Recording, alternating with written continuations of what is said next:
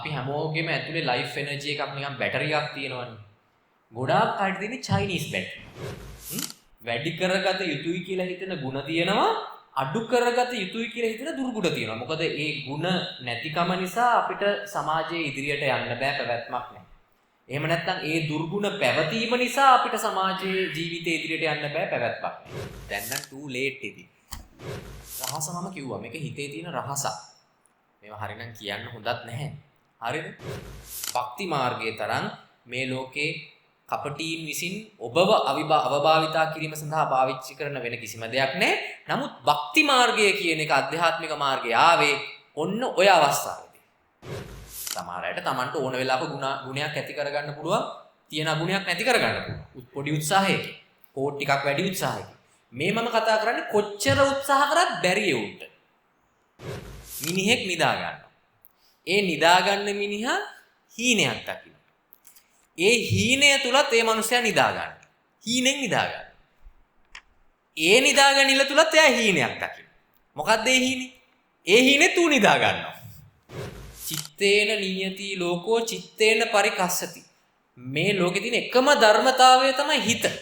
ඒ හිත කියන ධර්මතාවය විසින් තමයි මේ සමස්ත ප්‍රොජෙක්ෂන් එකම කරන්නේ. ඕගොල්ලන්ට කැමති සින්දුවක් ඉල්ලන්න පුළුවන්. හැබැයි අපි දෙන්නේ අපිට ඕනේ.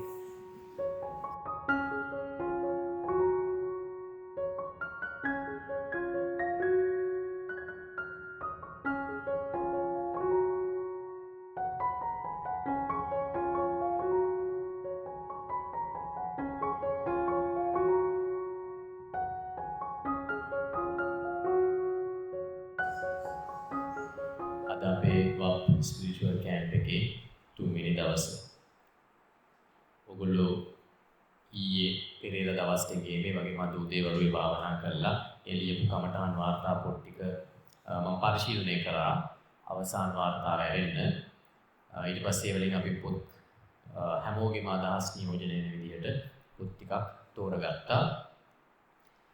ඊට අමතරව මම මේ පොත් වලට යන්න කලින් කමඨහන් වාර්තා වලට යන්න කලින් සුපුරුදු විදිහට පොදුවේ යම්කිසි අදහස් කීපයක් දෙන්න ඕනේ කියලා හිතුවා. අංක 1 තමයි මම කියන්න ඕනේ ඔයගොල්ලෝ මේ කරන කාර්යය කියන්නේ ලේසි පහසු කටයුත්තක් නෙමෙයි. ඒක මම හොඳටම දන්නවා. යමෙක් විශේෂයෙන්ම පරයන්ක භාවනාව කියන්නේ ආධුනික කෙනෙක්ට නිකන් ගල් කඩනවා වගේ, දර පලනවා වගේ තමයි. ඒක ලේසි නෑ.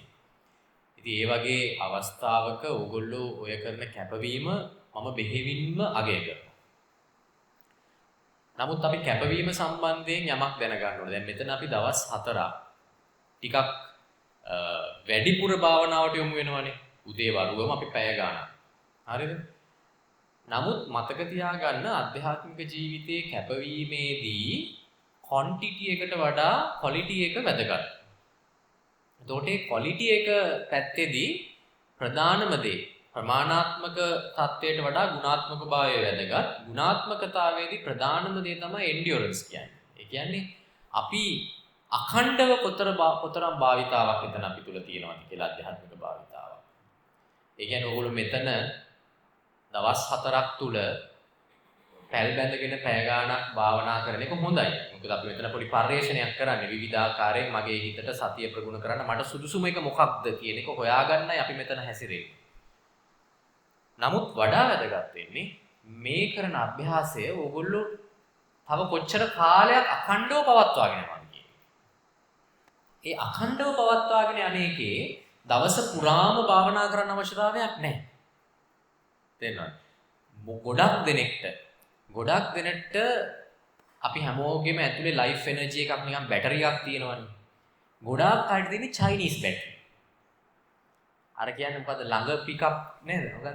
මොකක්ද එකක් තියෙනවා ළඟ පිකප් එකක් තියෙන. ඒ කියන්නේ ඒ පිකප් එකට බැටරිය එන්ජින් එක ස්ටාර්ට් කරපුවම ආයේ නෑ සුසන්තිකා වගේ දුවනවා. හැබැයි විනාඩි 5-10ක් යනකොට බැටරි බයි. ඒකනේ චයිනීස් බැටරි වල ඉස්සර දැන් නම් ඒක නෙවෙයි මම හිතන්නේ. ඉස්සර චයිනීස් බැටරි වල ලක්ෂණේ ඕක. ගොඩ දෙනෙක්ට ජීවිතේ තියෙන්නේ චයිනීස් බැටරියක්. ඒක මේ භාවනාව ආධ්‍යාත්මික කටයුතු සම්බන්ධයෙන් විතරක් නෙමෙයි අධ්‍යාපනය ගත්තත්, වෘත්තිය ගත්තත්, වගාවක් ගත්තත් ඕනම දෙයක තියෙන්නේ එහෙමයි. පටන් ගන්නකොට හරි ෆුල් එනර්ජි එකකින් පටන් ගන්නවා. ටික වෙලාවක් යනකොට වැඩේ ඉවරයි. පැහැදිලිද? නමුත් එහෙම අධ්‍යාත්මික ගමනක් යන්න බෑ. කිසිම ගමනක් යන්න බෑ. අපි දවසකට කරන්නේ විනාඩි 5ක කැපවීමක් වෙන්න පුළුවන්. නමුත් අපි ඒක දිනපතා කරනවා නම් හැමදාම විනාඩි 5ක් කරනවා නම් අන්න එතනයි වඩා වැදගත්. ඒ නිසා මම ඔයගලන්ට යෝජනා කරන්නේ මෙතනින් ඔයගොල්ලෝ හඳුනගත්ත ඒ තමන්ගේ සතිය ප්‍රගුණ කරගන්න තමන්ගේ අභ්‍යාසය දිනපතා අඛණ්ඩව ගෙනියන්න. එතකොට මම කරන යෝජනාවක් තියෙනවා මගේ අත්දැකීම් අනුව ඒක ඔප්ටිමයිස් කරලා. ඒ කියන්නේ ගොඩාක් විශ්ලේෂණය කරලා බහුතරයකට සාර්ථක වෙන ක්‍රමයක්. ඒ තමයි නැගිට ගමන් පළවෙනි පැය අපි ආධ්‍යාත්මික දෙයකට ආයෝජනය කරනවා. නැගිට ගමන් පළවෙනි පැය. හරි? කාර්ය බහුලම කෙනෙක්ට මම ඔබ කියන්නේ පැය භාගේ කරා. නමුත් කාර්ය බහුල කෙනෙක් නම් අඩුම ගානේ පැයක්. ඒක අපි කොටස් 3කට කඩනවා. විනාඩි 20 20 20. පළවෙනි විනාඩි 20 අපි කරන්නේ කායික අභ්‍යාසයක්. හොඳට ඇඟ උණුසුම් වෙන්න දාඩිය දාන්න කායික අභ්‍යාසයක් කරනවා. ඊට පස්සේ ඊළඟ විනාඩි 20 අපි ඇලාම් එකක් තියාගෙන නිදහසේ තමන්ගේ සිතුවිලි දිහා බලන් ඉන්න. එහෙම නැත්නම් නිදහසේ නාද භාවනාව හරි සතිමත් නිශ්චලතාවය හරි කරමු. අවසාන විනාඩි 20 දී ඔය වගේ අර භාවනා කරපු විනාඩි 20 දී තමන්ට ආපු සිතුවිලි දැනිච්ච සංවේදනා, ඇහිච්ච ශබ්ද, දැනිච්ච සුවඳ, පහස සියල්ල වාර්තා කරනවා. තමන්ට මතක උපරිම විදියට වාර්තා කරනවා. ඇයි අපි මේක උදේ පළවෙනි පැය කරන්නේ? උදේ පළවෙනි පැය කරන්නේ එහෙම නොකළොත් මේක නොවෙන්න තියෙන සම්භාවිතාවය 99.99. පැහැදිලිද? ඒ නිසා උදේ පළවෙනි පැය කියන්නේ කාටවත් එක්ස්කියුස් එකක් නෑ. දරුවට කිරි දෙන්න තියෙනවා, සැමියාව නලවන්න තියෙනවා, බිරිඳ දොය කරවන්න තියෙන එහෙම එක්ස්කියුස් නෑ. තේරෙනවද? නමුත් දවසේ ඉතිරි පැයවල් හවස් වරුව රාත්‍රිය කියන්නේ ගොඩාක් ප්‍රශ්න තියෙනවා. නේද? මොකද්ද අර සංචාරයේ බලන්න තියෙන මොනවද තියෙන අවාරේ හරි මොනවද තියෙනවනේ අර ත්‍රිනාට්‍ය සංගීතේනේ. මෙහෙම ඒවා බලන්න තියෙනවා. ඒ නිසා දවසේ පළවෙනි පැය අර විදිහට කොටස් 3කට කඩාගෙන විනාඩි 20ක ව්‍යායාමයක්, විනාඩි 20ක පර්යංකයක්, විනාඩි 20ක වාර්තාකරණයක් කරොත් ඒක සාර්ථකව ඉදිරියට යන්න පුළුවන්. දෙවෙනි කාරණාව වැඩි වෙලා නැති නිසා අපි ටක් ගාලා මේක කතා කරමු. දෙවෙනි කාරණාව මට ඔයගලන්ට කියන්න උවමනා වුණේ දැන් විශේෂයෙන්ම අපේ ඔය ආධ්‍යාත්මික ගමනකදී හෝ අපේ එදිනෙදා ජීවිතේදී අපිට තියෙනවා එක්කෝ අපි තුල සංවර්ධනය කරගත යුතුයි කියලා හිතෙන qualities ගුණාංග. එහෙම නැත්නම් අප තුල තියෙනවා අප විසින් අඩු කරගත යුතුයි කියලා හිතෙන දුර්ගුණ. වැඩි කරගත යුතුයි කියලා හිතෙන ගුණ තියෙනවා, අඩු කරගත යුතුයි කියලා හිතෙන දුර්ගුණ තියෙනවා. මොකද ඒ ගුණ නැතිකම නිසා අපිට සමාජයේ ඉදිරියට යන්න බෑ, පැවැත්මක් නැහැ. එහෙම නැත්නම් ඒ දුර්ගුණ පැවතීම නිසා අපිට සමාජයේ ජීවිතේ ඉදිරියට යන්න බෑ, පැවැත්මක් නැහැ. ඒ නිසා අපි ඒවා ගුණ ඇති කරගන්න සම්මා වායාම කියන්නේ ඒකනේ. නැති ගුණ ඇති කරගන්න ඕනේ, තියෙන අගුණ අඩු කරගන්න ඕනේ. මේක මම කලින් එක දේශනාවක මේ රහස මම කිව්වා. මේක හිතේ තියෙන රහසක්. මේව හරිනම් කියන්න හොඳත් නැහැ. හරිද? මේක මම කලින් එක දේශනාවක කිව්වේ විතරයි මට මතක හැටියට කියුනේ. ඒ නිසා මම මේක නැවත කියන්න ඕනේ කියලා හිතුවා. එතකොට ගොඩ දෙනෙක් අපිට ඇවිල්ලා කියන දෙයක් තමයි අනේ හාමුදුරුවෝ කොච්චර උත්සාහ කරත් ඒ නරක පුරුද්ද මට නවත්ත ගන්න බෑ. එහෙම නැත්නම් මම කොච්චර උත්සාහ කරත් ඒ හොඳ පුරුද්ද මට ඇති කරගන්න බෑ. කොහොම කියනවනේ? ඔයගොල්ලන්ටත් ඇතිනේ. කොච්චර උත්සාහ කරත් ඒ නරක පුරුද්ද නවත්ත ගන්නත් බෑ. කොච්චර උත්සාහ කරත් ඒ හොඳ පුරුද්ද ඇති කරගන්නත් බෑ. හරිද? මොකක්ද මෙතන ප්‍රශ්නේ තියෙන්නේ? මෙතන ප්‍රශ්නේ තියෙන්නේ ඔයගොල්ලන්ට ඒ ගුණය නැති එකත් ප්‍රශ්නයක්. දුර්ගුණය තියෙන එකත් ප්‍රශ්නයක්. එතකොට අපි කෙලින්ම ඒකට උත්තර දෙන්න හැදුවට පිළිතුරක් එන්නෙත් නැහැ. එක එක ටෙක්නික්ස් එක එක කවුන්සිලර්ස්ලා කියනවා, මනෝවිද්‍යාඥයෝ කියනවා, හාමුදුරුවෝ කියනවා කරනවා හරියන්නේ නැහැ. ඒ ගුණය ඇති වෙන්නෙත් නැහැ, නුගුණේ නැති වෙන්නෙත් නැහැ.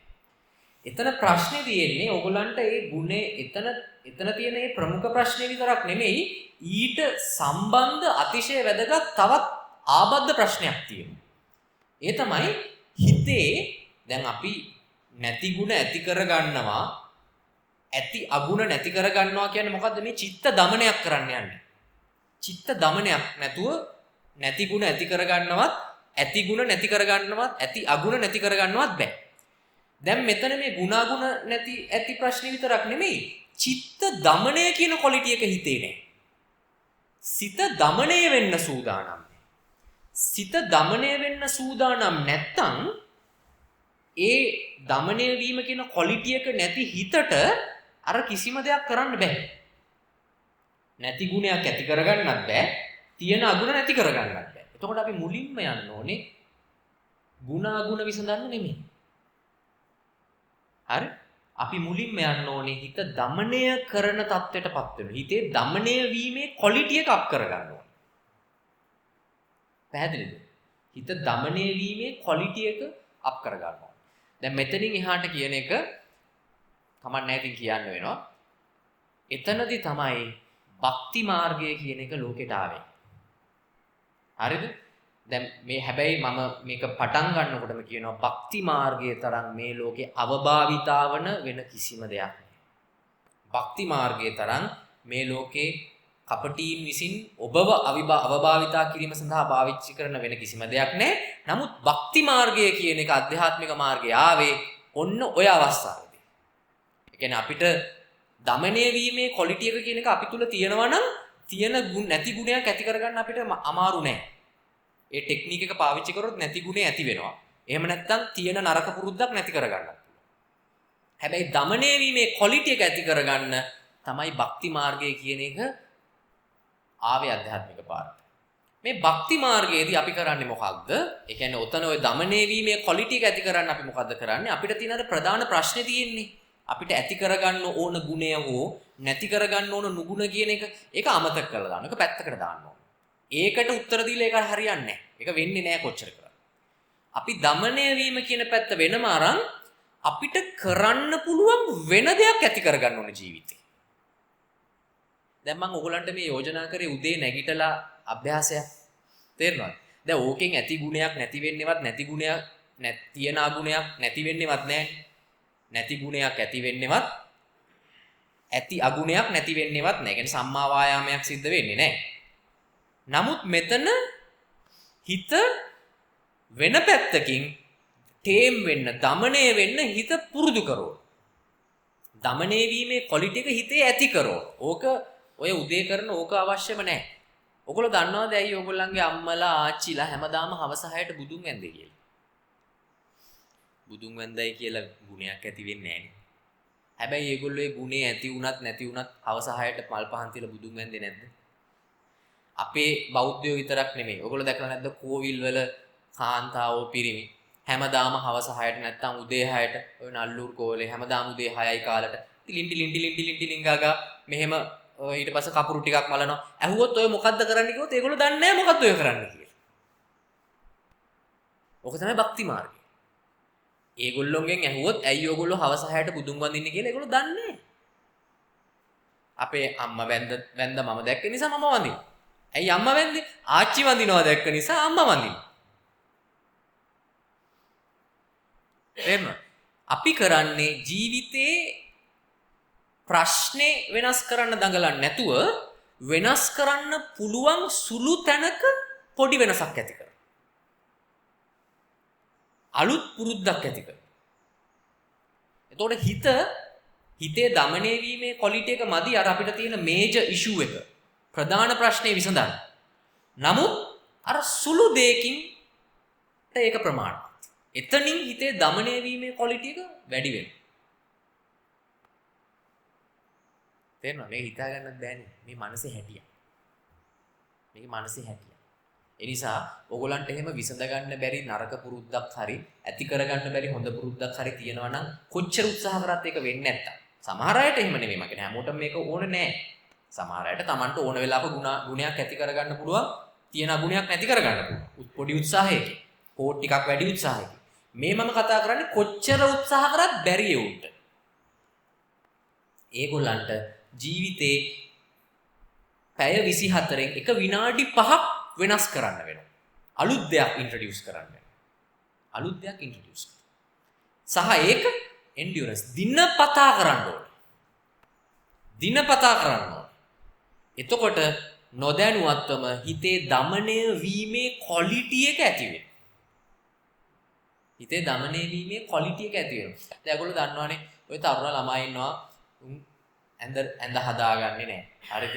තමන්ගේ තේක බීපු කෝප්පේ හොදගන්නේ නැහැ. හරිද? රෙද්දක් හොදගන්නේ නැහැ. කාමරයක් අතු ගාගන්නේ නැහැ. හැබැයි ඔය කොල්ලා සමහර වෙලාවට O level කළත් නැහැ. ඔය කොල්ලා ආමියකට යනවා. ආමියකට ගියාට පස්සේ මෙන්න બોලේ බූට් එක දිස්නේ ගහන්න පොලිෂ් වෙලා හැමදාම ආමියකට ගියාට පස්සේ මෙන්න બોලේ ඇඳ හැමතිස්සෙම එක රැල්ලක් නැතුව හැදිලා කොහොමද එහෙම වුනේ? ඒගොල්ලන්ව දිනපතා ඒක භක්තියක් තමයි. භක්ති මාර්ගයක් තමයි එතන සිද්ධ වෙන්නේ. එතකොට මෙච්චර කල් කරගන්න බැරි වෙච්ච දේවල් භක්ති මාර්ගයෙන් හැදෙනවා. තේරෙනවද? හැබැයි මම නැවත වරක් අවසානයේදීත් කියනවා ඕක තරම් අවභාවිත වෙච්ච එකක් නෑ. ඒ නිසා හරි පරිස්සමෙන් තමයි ඕක කරන්න. පැහැදිලිද? ඉතින් ඕකත් මට කියන්න ඕමනා වුණා. ඉතින් ওই කාරණා දෙකත් එක්ක අපි යමු ඕගොල්ලන්ගේ පොත්වලට නේ. කවුද? පුමුදු. පුමුදු මගෙන් මොන හරි ප්‍රශ්නයක් අහන්නත් උත්සගෙන ආව නේද? ඒ වෙලේ දැන් මේක බලමු. පෙර දිනේ දැකපු සිහිනයක්ද මේක අහන්න දාගෙන. පෙර දිනේ දැකපු සිහිනයක්ද භාවනාව අතරතුර මතක් වුණා. එය සාමාන්‍ය සිහිනයකට වඩා වෙනස්. එයින් එනම් මීට පෙර වැනි හැඟීමක් දැනී නැතිනම් එම හැඟීම නම් මා සිත තුල යමක් අවදි වූයායයි හැඟීමයි. හීනෙක්. එහෙත් එහි විශේෂ කාරණේ වූයේ එම අවදි වූ දේ හොඳ දෙයක් නොවේ. මොකක්ද යකෝ අවදි වුණේ හොඳ නැති. කියන මා තුල ඇති හැඟීමයි. මෙය ගැන ඉදිරියට නැවත සෙවිල්ලෙන් සිටීමට අදිනවා. මොකද්ද මේ සිද්ධිය?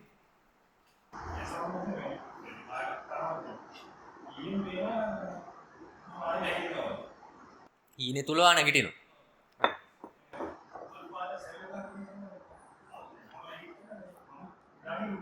ඔව්. දැන් හීනේ කවද්ද පළවෙනි පාට දැක්කේ? පෙරේද මෙහෙදිද? ඉරිතලේද හොල්මනක් වෙන්නේ නැති. මේ වැව් පිටි වල හොල්මන් ඉන්නවා. එතකොට ඔයා ඒක අවදිමත් වෙලා. ඔයාට තේරෙනවද මේ හීනයක් දකින්න කියලා? දැන් ඔහොම දේවල් සිද්ධ වෙනවා. කියන්නේ අපිට හීනෙක දැන් ඔයාට ෂුවර්ද මේ ඉන්නේ හීනෙක නෙමෙයි කියලා. හරිද? එහෙම හරි. ඔයා හොඳටම දන්නවා මේ ඔයා ඊට පස්සේ ඔයා හිතා ගන්නවා හරි මේක හීනයක්. එනිසා මම මේකෙන් නැගිටිනවා කියලා නැගිටිනවා. ඒත් ෂුවර්ද ඒ ඉන්නේ හීනෙක නෙමෙයි කියලා. තේරෙනවද? මේ මිනිස්සු මේ හීනෙන් අවදි වෙන්න ආධ්‍යාත්මික පාරේ කතාවක් තියෙනවනේ. ඒක වැරදි නෑ. සංකල්පීය වශයෙන් ඒක වැරදි නෑ. නමුත් හීනේ අවදි වීමේ ප්‍රශ්නයක් තියෙනවා. මේ හීන එන්ක්ලෝස් වෙලා තියෙනවා. හරිද? මිනිහෙක් නිදා ගන්නවා.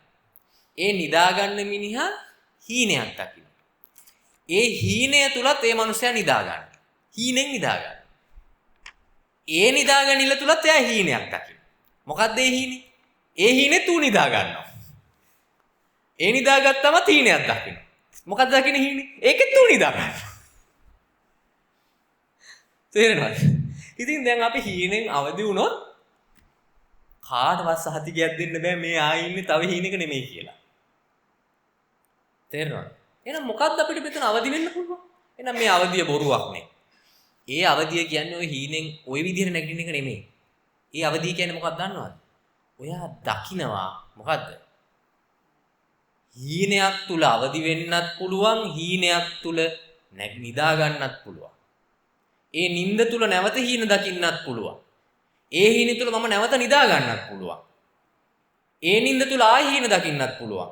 ඒ හීන තුල මං ආයෙ නිදා ගන්නත් පුළුවන්. ඔන්න හිත වැඩ කරන පිළිවෙල ඔයා දැනගන්න. ඕක තමයි අවදි වෙන්නේ. පැහැදිලිද? ඒක තේරුම් ගන්න. ඔයාට හීනෙන් පෙන්වන අවස්ථාවක් ඔන්න ඔයාට නැගිටිනව පෙනී, ආ නිදා ගන්නව පෙනී. තේරෙනවද? හීන අපි නිින්ද තුලත් අපේ සතිය තීව්‍ර කරගත්තොත් හරි සතිමත්ව හීන ටිකක් දකින්න පුළුවන්. එතකොට තමයි ඔය හීන සංස්කරණය කියන කොටසට අත තියන්න පුළුවන්. තමයි කැමති විදිහට හීන සංස්කරණය කරන්න පුළුවන්. ගංජා ගහලා තියෙනවා. ට්‍රිප් ගිහිලා නැහැ. සංස්කරණය කර යන්න පුළුවන්. මේ කවුද? ඔයා මොහොනේ නැහැ. ආව නේද මාව හම්බ වෙන්න ප්‍රශ්නයක් අහන්න. පුද්ගලික ප්‍රශ්නයක්. නවිදු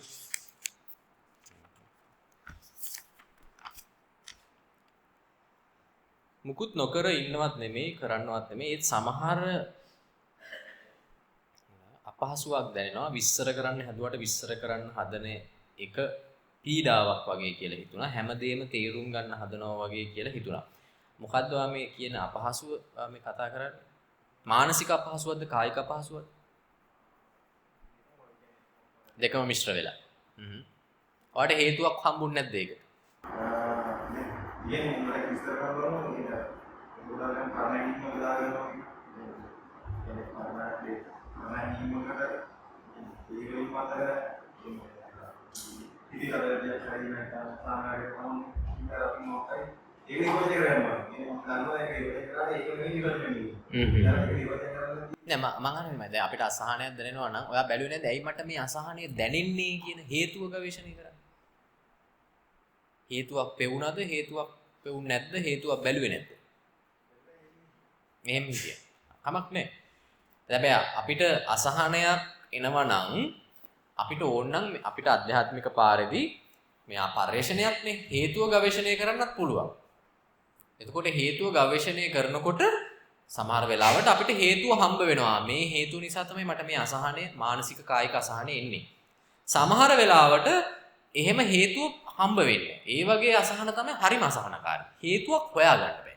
ඒක මහා මුස්පේන්තු ගතියක් දවස පුරා තියෙනවා හේතුවක් හොයාගන්න බෑ. තේරෙනවද? එතකොට අපි සතිපට්ඨානේ කායානුපස්සනාවට බහින්න ඕනේ. කායානුපස්සනාව තමයි සතිපට්ඨානේ පළවෙනි පියවර. ඒ කියන්නේ අපි මේ අසහනයත් එක්ක ඒ අසහනය විශ්ලේෂණය කරාට තේරෙන්නේ නැත්නම් තවදුරටත් විශ්ලේෂණය කිරීම නතර කරලා ඒ අසහනයත් එක්ක හිස් මුදුනේ ඉඳන් දෙපතුලට කයට සිද්ධ වෙන්නේ මොකක්ද කියලා බලන්න ඕනේ. ඒක තමයි කායානුපස්සනාව කියන්නේ. ඒක බලන්න. එතකොට අපි මේ අසහනය ඔහේ යන්න දෙන්නේ නැහැ. ඒ අසහනය අපි පාවිච්චි කරනවා විපස්සනාවට. සතිය ප්‍රගුණ කරලා. තේරෙනවද? මේ අසහනය පාවිච්චි කරනවා සතිය ප්‍රගුණ කරලා. පැහැදිලිද? ඒක ආධ්‍යාත්මික පාරේ ගැඹුරින් යන අයට දැනෙන පොදු අසහනයක් තියෙනවා. මම හිතන්නේ ඔයගොල්ලන්ට කාම එක දැනෙලා තියෙයි කියලා. මේ හෘදය වස්තුවේ මැද්දේ නිකන් පිච්චි තියෙනවා. කිසිම හේතුවක් හොයාගන්න බෑ. එක පොයින්ට් තැනක පිච්චෙනවා. හරිද? ඕක තමයි අධ්‍යාත්මික පාරේ කෙලෙස් තවනවා කියලා කියන්නේ. හරිද? කෙලෙස් තවන වීර ඔය පැවිදි වෙච්ච අයට කෙලෙස් තවන බොහෝ විට පැවිදි වුණාම ඕක පටන් ගන්නවා. ගිහි ජීවිතේදී ඕක පටන් ගන්න නැහැ. කලාතුරකින් තමයි. පැවිදි වුණ ගමන් පටන් ගන්න එකක් තියෙනවා මේ හෘදය වස්තුවේ මැද්දේ නිකන් පිච්චෙනවා. මොකක්ද කියලා හිතා ගන්න බෑ.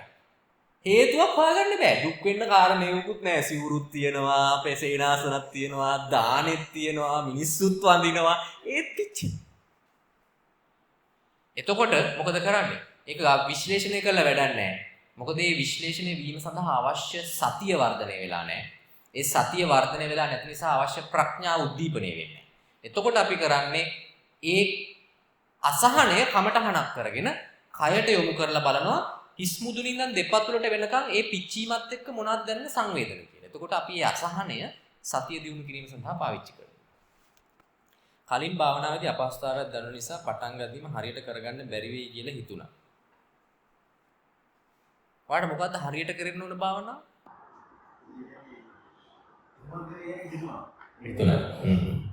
එහෙම හරියට කරන්න ඕනේ නැහැ කියලා ඔයා දන්නවනේ. අපිට ඕනේ දැන් හරියට කරන්න භාවනාවක් තියෙනවා නම් ඒ කියන්නේ අපි මේ භාවනාව තුළ යමක් හොයනවා. හරියක් හොයනවා. හරි? එතකොට නිකන් හරියට දැන් අදහස් අපි කවුඩුල්ලේ යනවනේ.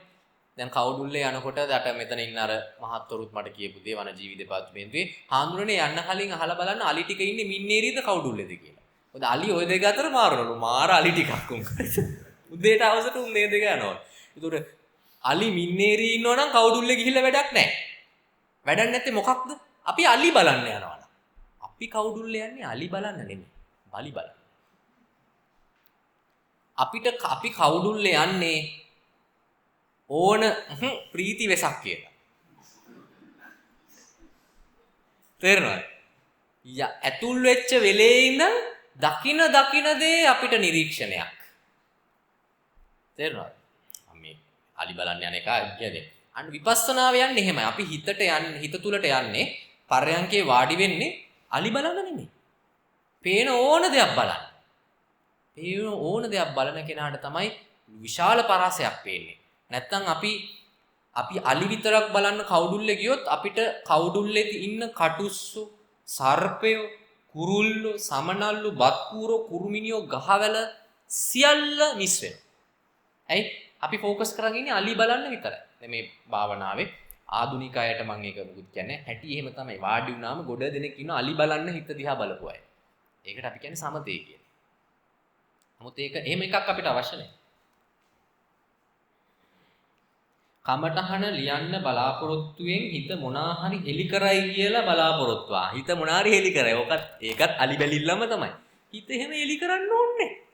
එහෙම හෙලි කරන්න දෙයක් යාට නැහැ. තේරෙනවද? සහන්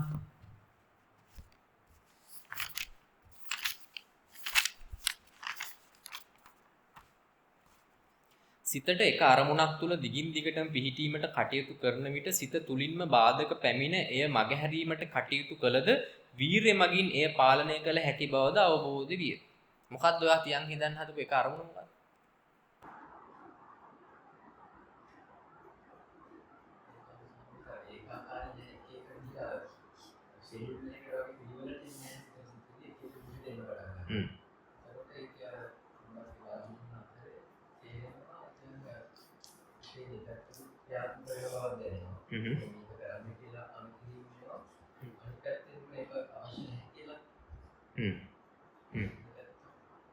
මෙතන තියෙන සිතට එක අරමුණක් තුල දිගින් දිගටම පිහිටීමට කටයුතු කරන විට සිත තුලින්ම බාධක පැමිණුණා කියලා තියෙනවා. එය මගහැරීමට කටයුතු කළද වීරිය මගින් එය පාලනය කළ හැකි බවද අවබෝධ විය.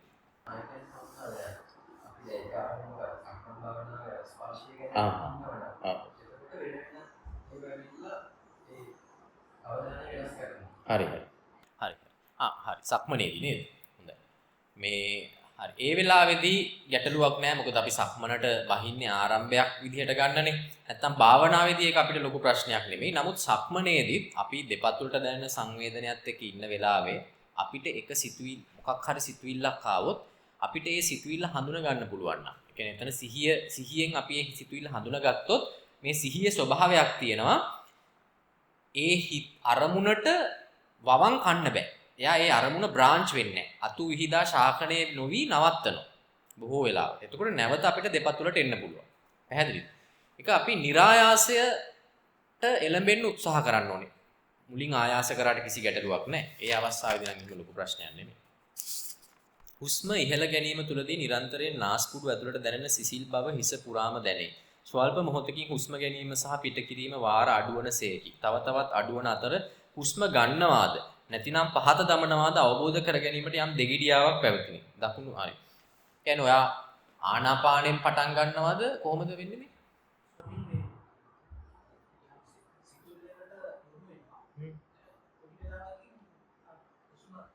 එකට එනවා.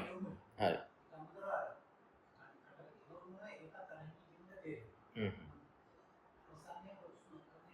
තමයි. හරි.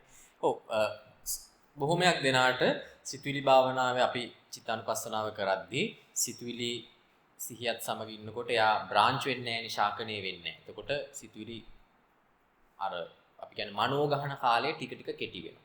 කෙටි වුණාට පස්සේ ඊට පස්සේ හුස්ම රැල්ලට යනවා. ඒක ස්වභාවිකව සිද්ධ වෙනවා. එතකොට මේ හුස්ම රැල්ලට යන වෙලාවේ ඒක අපි බලහත්කාරයෙන් තියාගන්න උත්සාහ කරන්නේ නැහැ. අපිට වෙන අරමුණු වලට ගියත් අපි ඒකත් නිරීක්ෂණය කරනවා. නමුත් හුස්ම රැල්ල තුල ගියොත් හරි කරුමෙට හරි ආනාපාන සමාධියක් කෑල්ලක් වැඩුණොත් හරි ෂෝක්නේ. හරි. එතකොට දැන් මේ කීප දෙනෙක් මේ ආනාපානය ගැන සඳහන් කරලා තියෙනවා. සිතුවිලි අඩුයි වගේ දැනුනොත් මම කරන යෝජනාවක් එකක් ඒ සිතුවිලි අඩු තැන ඉන්න බලන්න. ඒක නිරීක්ෂණය කරන්න බලන්න. ඒක නිරීක්ෂණය කරන්න ටිකක් භාවනාව හුරු කෙනෙක්ට පුළුවන්. නමුත් ආධුනික කෙනෙක්ට සිතුවිලි අඩු තැනක් ස්පර්ශ වුණොත් එතන ටිකක් ඉන්න අපහසු. හරිද? එතකොට එයාට ආනපානේ ආවොත් එයාට ටිකක් අමුතු පරිශ්‍රණයක් කරන්න පුළුවන්. එතනදී එයාට කරන්න පුළුවන් දැන් එයා ආනපානය ගැන මෙලෝ හසරක් දන්නේ නැහනේ. එයාට ඒ ආනපානය දැනෙන්න ගත්තම එයා ඉස්සලා සම්පූර්ණ ආනපාන පාත්වේක. ඔක අපි නාස්පුඩුවෙන් පටන් අරගෙන සාමාන්‍යයෙන් උදරය පිම්බීමේ හැකිලීමෙන් ඉවර වෙනවනේ. හරිද?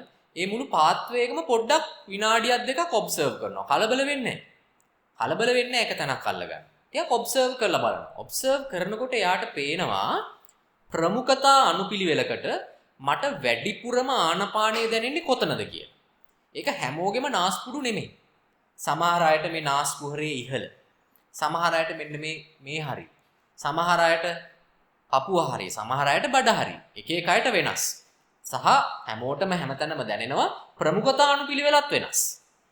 ඉස්සල්ලා විනාඩි 5ක් 10ක් විතර විනාඩි 5ක් විතර හොඳට සම්පූර්ණ පාත්වයක අපි බලනවා. බලලා ප්‍රමුඛතාවය තියෙන්නේ කොතනද කියලා බලන්න. එතකොට එයා හිතන්නකො එයාගේ ප්‍රමුඛතාවය තියෙන්නේ බඩේ කියලා. හරි. එතකොට එයාට බඩ පිම්බෙනවා හැකිලෙනවා කියන එක දැනෙන්න පුළුවන්. හරි. මම මේ කියන ඒවාට වඩා වෙනස් ඒවාක් දැනෙන්න පුළුවන්. ඒ Tamanට ගැළපෙන විදිහට හදාගන්න. එතකොට එයා දැන් සිතුවිලි එන්නේ නැහනේ, බලන්න දෙයක්වත් නැහනේ. ඒ බඩේ පිම්බීම හැකිලිම දිහා බැලුවට කමන්නේ නැහැ. හරි? පිම්බීම හැකිලිම දිහා බැලුවට කමන්නේ නැහැ. පැහැදිලිද? ඊට පස්සේ ආධුනික කෙනෙක් නම් ඕන කෙනෙක්ට වෙන දෙයක් තමයි එහෙම බල ඉන්නකොට ඊට පස්සේ ඒක සියුම් වෙනවා. ඒක නොදැනී යන්න පටන් ගන්නවා. දැන් ඔයා මේ ලියලා තියෙන අවස්ථාව නිකන් ඒ වගේ. ඒක ඒ නොදැනී යන වෙලාවට ප්‍රමුඛතාවය අර ඊළඟ තැන තියෙන්නේ. එතන බලන්න පුළුවන්. තව කොහෙද මට දැනෙන්නේ කියලා. එතන දිහා බලන්න. ඒකත් සියුම් වෙලා යනවා. ඒ මොකද ඒක අපිට නතර කරන්න බෑ. මේ ලෝකේ අනිත්‍ය ලක්ෂණයක් තියෙන්නේ. අපි හිතුවොත් මෙහෙම පිම්බීම හැකිලිම හෝ නාස්පුඩු අතර දැනෙන දේ සදහටම තියෙන්න ඕනේ කියලා ලෝකේ නිට්ටයයි සුඛයි ආත්මයි. එහෙම ලෝකයක් නැහැ. හැමදේම බලන් ඉන්නකොට එයා ෂේ වෙලා යනවා. හරි? පැහැදිලිද? අපිට ඒ විදිහටත් කරන්න පුළුවන්. සුනේත්‍රා රණවීර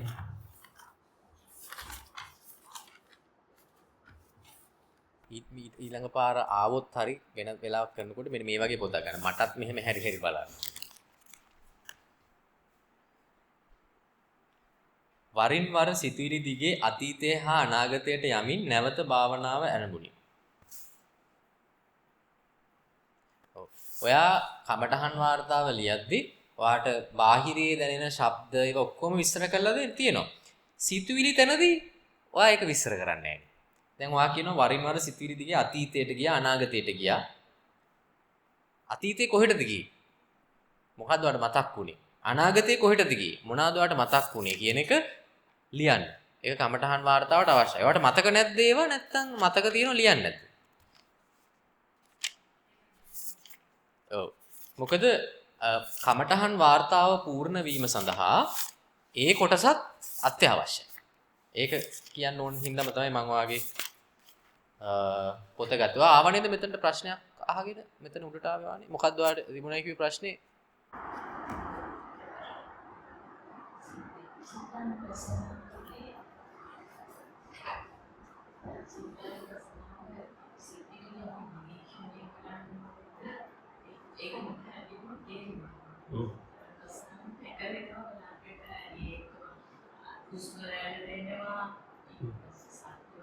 මෙහෙම හිතා ගන්න. ඔයා පුටුවක හරි එරමිනිය හරි ගොතාගෙන වාඩි වෙලා සැහැල්ලුවෙන් ඇස් දෙක පියාගෙන මුකුත් නොකර ඉන්නකො. මුකුත් කරන්නේ නැහැ. මුකුත් කරන්නේ නැතුව ඉන්න.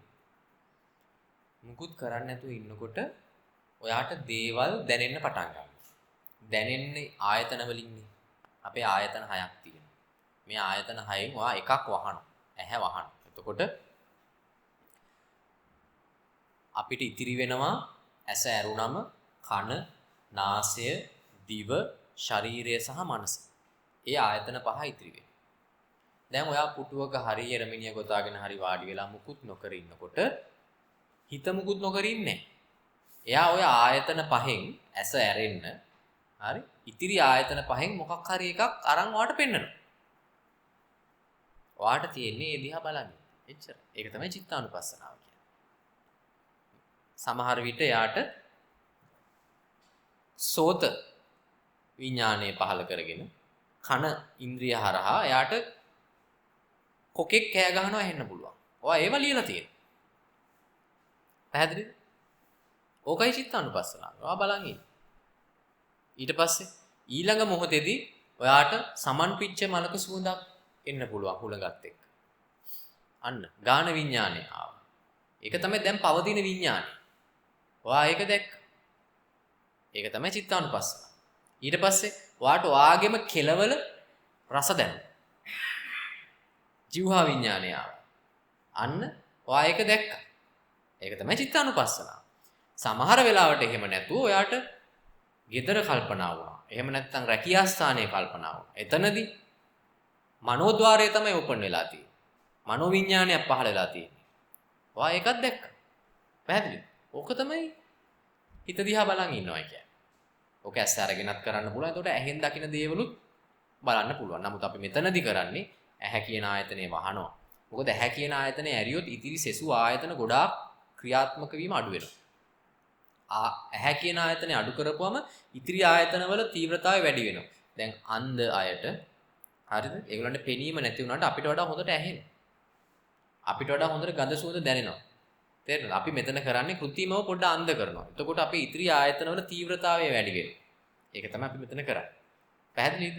ඒ දකින්න එක නිකන් ෆිල්ම් එකක් බලන් ඉන්නවා වගේ අහන්න. ඒක නිකන් ND මූවි එකක්. ND නම් වෙන්නේ ඇස් නැති නිසා. යම් කිසි ප්‍රමාණයක D මූවි එකක්.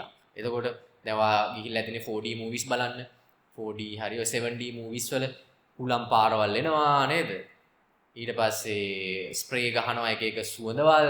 හරි ඊට පස්සේ ස්පර්ශ ඇති කරනවා කකුලට එක එක ඒවා ගාවනවා මිනිස්සු හූ තියනවා නේද? ඒ වගේ එකක් නේ සිද්ධ වෙන්නේ ඔය ඇස් පියා ගත්තම. කඩියෙක් යනකොට ඔයාට නිකන් හරියට මොන හරි ස්පර්ශයක් ඇතුණා වගේ තමයි. අපි ඒක ඔක්කොම මේ මූවි එක නිදහසේ බලන් ඉන්න. නිශ්චලව බලන් ඉන්න ඇස් දෙක පියාගෙන. ඊට පස්සේ ඒ දැක්ක පිටපත ලියනවා. මතක ටික ලියනවා. ඔක්කොම ලියවෙන්න අවශ්‍ය නැහැ. පැහැදිලිද?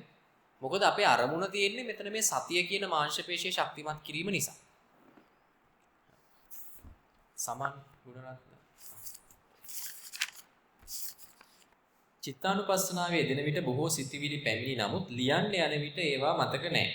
මම FB පෝස්ට් එකක් දැක්කා මතක ශක්තිය වර්ධනය කිරීමට භාවනාව උපයෝගී වෙනවා කියලා. දැන් නම් too late ඉතින්. තේරෙනවද?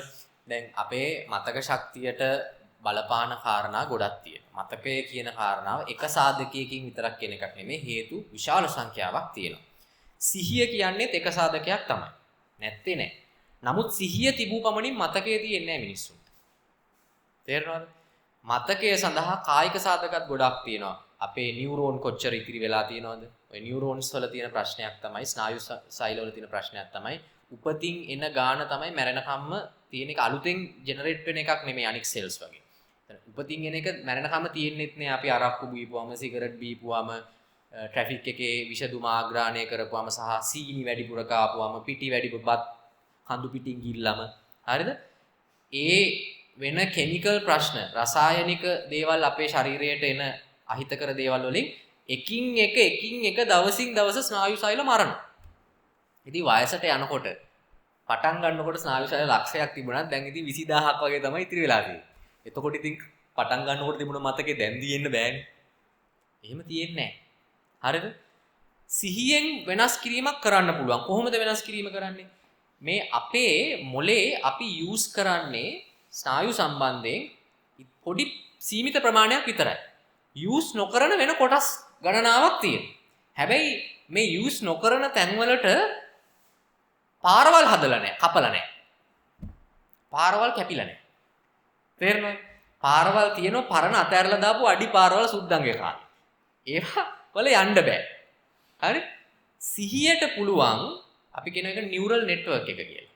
ඒ නියුරල් නෙට්වර්ක් එකේ වල් වැදිලා තියෙන, කටුපඳුරු වැවිලා තියෙන ඒවා එලිපෙහෙලි කරලා සුද්ධ කරා.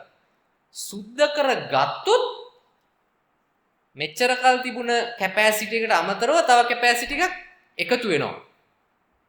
ජාතික විදුලි බල පද්ධතියට අලුත් බලාගාරයක් එකතු වෙනවා. නැෂනල් බෑක්බෝන් එකට එකතු වෙනවා. මෙමරි බෑක්බෝන් එකට අලුත් මෙමරි බෑන්ක් එකක් එකතු වෙනවා. ඒක කරන්න පුළුවන් සිහියෙන්. ඒක කරන්න පුළුවන්. ඕක තමයි සිහියෙන් මතකයට දෙන්න පුළුවන් කොටස. ඒක තමයි මේ කට්ටිය පරිශ්‍රණවල ලියන්නේ භාවනාවෙන් කරන්න පුළුවන් කියන කොටස. නමුත් ගොඩාක් දේවල් විසඳ ගන්න පුළුවන් අපේ ආහාර වලින්. අපි කන කෑමක් ගානේ අපි විශේෂයෙන්ම සුගර් වලින් හිටන් අපේ ස්නායු පද්ධතියට බලපෑම් ඇති කරනවා.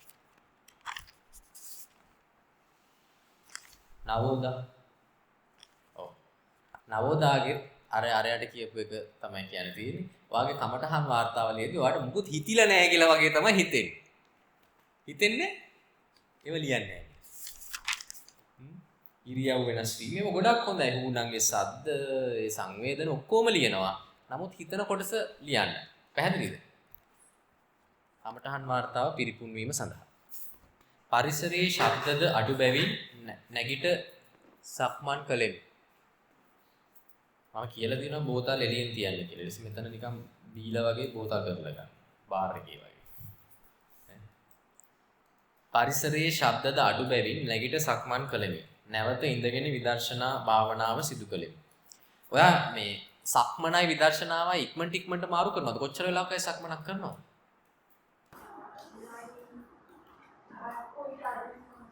කරන්නේ නේ.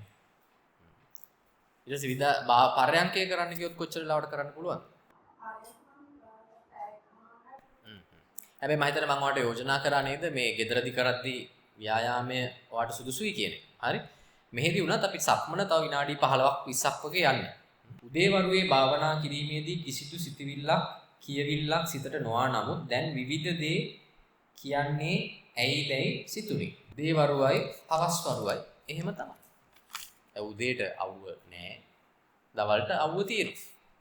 මේ ලෝකේ තියෙන එකම නිත්‍යතාවය තමයි අනිත්‍යතාවය. හැම දෙයක්ම වෙනස්. ඉතින් හැම දෙයක්ම වෙනස් වෙනවා කියපුවම මම අමුතුවෙන් කියන්න ඕනේ හිතත් වෙනස් වෙනවා කියලා. හිත වෙනස් වෙන හින්දාම තමයි මේ හැම දෙයක්ම වෙනස් වෙන්නේ. තේරෙනවද? හිත වෙනස් වෙන්නේ නැත්නම් මේ ඉර මෙතනම ඔහොම තියෙයි. හඳ ඔහොමම තියෙයි. පෘථිවිය කැරකෙන්නේ නැතුව තියෙයි.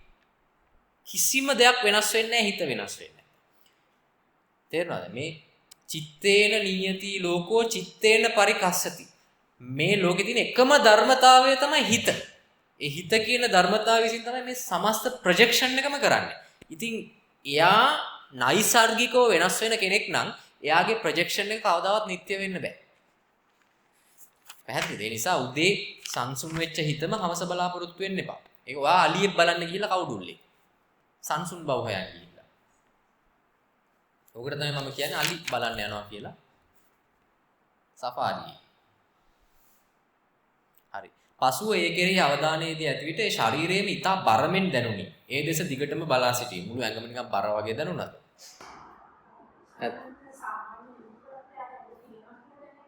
ඔව්.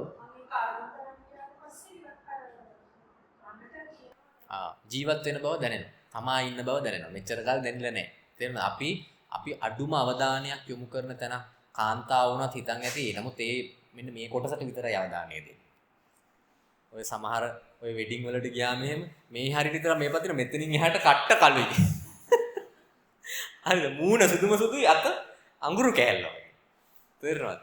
අපි අපේ ජීවිතේ මතක තියාගන්න දේවස්ථානයක් තියෙනවා. පූජස්ථානයක් තියෙනවා. මෙන්න දේවස්ථානය. මෙන්න පූජස්ථානය. ඒකනේ මම මේ ස්පිරිචුවල් කැම්ප්ස් පන්සල් පල්ලිවල කරන්න මට උවමනාවක් නැත්තේ. පන්සලේවත් පල්ලියේවත් දේවස්ථානයක් නැහැ. මේ ශරීරය තමයි දේවස්ථානය. මේ ශරීර කූඩුව අරන් ඕගොල්ලෝ යන්නේ අර කියන්නේ නාන්තලික්කේන සමුද්ද මජ්ජේ කියලා. අන්තරීක්ෂයට ගියත්, සමුද්‍රයේ මැද්දට ගියත්, සමුද්‍රයේ මැද්දට ගියත්, මහා සමුද්‍ර මැද්දට ගියත්, මහා කැලේ ඇතුළට ගියත් එතන පූජස්ථානයක් දේවස්ථානයක් තමයි.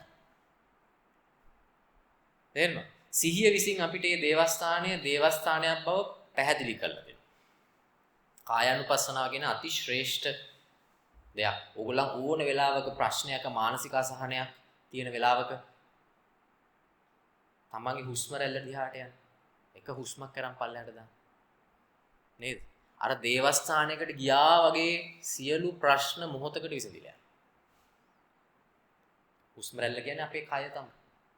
පැහැදිලිද? බලන්න කොච්චර පූජනීය තැනක්ද. නිකන් බුදු පිළිමයක් දැක්කා වගේ තමයි එතකොට. ගුණසේකර අකුරු තමයි අකුරු. ඒ අතර කුඩා කූඹින් වැනි සතුන් ශරීරය පුරා ඇවිදින්න පටන් ගත්තා. කීප විටක්ම සිදු වුණා බාධාවන් පැමිණියා. නමුත් එම බාධාවන් අතර හඬවල් වලට හොඳින් ඇහුම්කන් දෙමින් භාවනාවේ නිමග්න විය. ඔයා නාද භාවනාව දේ වෙලාවෙ කරේ. හරි. ඒක තමයි ඔයා කූඹිය බාධාවක් විදිහට දැකලා තියෙන්නේ. අර මම කියපු එක තේරුණා. විපස්සනාවේදී බාධා කියලා જાතියක් අපිට නැහැ. හැමදේම කමටහනක්. ඔයා නාද භාවනාව කරත්, නිශ්චලතාවය කරත්, සිතුවිලි භාවනාව කරත්, මොන භාවනාව කරත් ඒ වෙලාවේදී ඇඟේ කූඹියක් දුවන්න පටන් ගත්තොත්, කඩියෙක් කන්න පටන් ගත්තොත්, දනිස්සරි දෙන්න පටන් ගත්තොත් ඒක තවත් ඔබ්ජෙක්ට් එකක්, නිරීක්ෂණ මාධ්‍යයක් පමණයි. ඒක කමටහනක්. බාධා ඇති වෙන්නේ සමතේදී විතරයි. කරන් යන එකට බාධා. මෙතන එහෙම එකක් නැහැ. හැමදේම කමටහන. එක පාට ඇලි වලන් ගෙදර පොලේ ගන්නවා. ඒකත් කමටහන. එක පාට රේඩියෝ එකක් හයියෙන් වැටෙනවා. ඒකත් කමටහන. තේරෙනවද? එක පාට කඩියක් කනවා. ඒකත් කමටහන. අපි ඒක හඳුන ගන්නවා. ඒකෙන් අපේ සතිය වර්ධනය වෙනවා. ඒ අතර කෘමීන්ද විවිධාකාරයේ ශරීරය තුළ සක්මන් කරන්නට පටන් ගත් අතර ඔවුන් හා මාගේ සිතුවිලි අතර මා ගැටෙන්නට විය.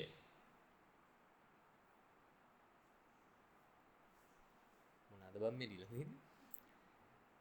මොකක් හරි පුංචි සංවේදනයක් තුලින් සිතේ සිතවිල්ලකට මේ තරම් බලපෑම් කළ හැකි නම් සිත තුළ අප දැඩිව සිතුවිලි දමනය කිරීමට උත්සාහ ගත යුතු බව මට අපි අපේ හිතේ අපි දෙකට බෙදාගෙන මෙන්න මේවා තමයි මට දැනෙන්න ඕනේ මෙන්න මේවා මට නොදැනෙන්න ඕනේ කියලා හදාගත්ත ගමන් ඒ නොදැනෙන්න ඕනේ කියලා හිතන් ඉන්න ඕනේ එකකට පුළුවන් ඔයාව කුලප්පු කරා. තේරෙනවද? අපි අපේ ජීවිතේ අපිට කැමැති අකමැති දේවල් තියෙන්න පුළුවන්. අද දැන් දවල් කැම මේසෙට ගියාම ඔයා හිතේ තියෙන්න පුළුවන් ඔයා කැමැති එළවලුයි අකමැති එළවලුයි. ඒවා තියෙන්න පුළුවන් කිසි ප්‍රශ්නයක් නැහැ. නමුත් අපි හිතෙන් අපි කැමැත්ත අකමැත්ත හදාගත්තට ප්‍රතිඵලය අපි කැමැති අකමැති දේම තිබිය යුතුයි කියලා එකක් නැහැ. ඇයි ඒ? අපි හිතින් හදාගන්න අපේ මෙනු එක තියෙන්නේ. ඒ මෙනු එක අපි අපේ දත්ත වලින් තමයි ඇතුලේ හදාගන්නේ. නමුත් බාහිරේ තියෙන සැබෑ රියැලිටි එක තියෙන්නේ යථාර්ථයේ තියෙන්නේ. යථාර්ථයේ හැදෙන මෙනු එකට බලපාන්නේ ඔයාගේ සිතුවිලි විතරක් නෙමෙයි. තව ගොඩාක් දේවල් බලපානවා. ඔයාගේ ජීවිතේ ඔයා රස්සාවක් කරද්දී ඉගෙන ගනිද්දී මිනිස්සු එක්ක ගනුදෙනු කරද්දී ඔයාට හිතේ තියෙන්න පුළුවන් මේක මේ විදිහට විය යුතුයි මේක මේ විදිහට විය යුතුයි. හරි. ඒවා වැරදි නෑ. හැබැයි ඔයා අවබෝධ කරන් ඉන්න ඕනේ ඒ විය යුතු දේ ඔයා හිතින් හිතාගෙන තියෙන්නේ ඔයාගේ දත්ත වලට සාපේක්ෂව විතරයි. නමුත් ඒක රියැලිටි එකේ ක්‍රියාත්මක වෙද්දී ඒකට සහයෝගය දෙන තවත් බාහිර සාධක ගණනාවක් තියෙනවා ඔයා හැර. තේරෙනවද? ඒවා ඔයාගේ කැල්කියුලේෂන් එකට වැටෙන්නේ නැහැ. කෝ කියා කැමති නැත්තම් ඌ ඒක කියන්නේ නැහැ. මං කැමති නැත්තම් මං එක ගේන්නේ. තේරෙනවද? ගොඩක් දේවල් තියෙනවා. යථාර්ථයේ තියෙන කෑම මෙනුවට ගොඩක් දේවල් බලපානවා. නමුත් අපි හිතින් හදාගන්න එක මගේ අයිති. ඒක මං කියනවා කැමති එකක් හදාගන්න. අර කියන්නේ අර සංගීත මොකද FM නාලිකාවක ඔයගලන්ට කැමති සින්දුවක් ඉල්ලන්න පුළුවන්. හැබැයි අපි දෙන්නේ අපිට ඕනේ. තේරුණාද? ඒක තමයි ලෝකික යථාර්ථය. අන්නක ගහලා නල්ලෙන් කොටා ගන්න. මට කැමති දෙයක් හිතා ගන්න පුළුවන්. නමුත් දෙන්නේ එයාට ඕනේ. පැහැදිලිද?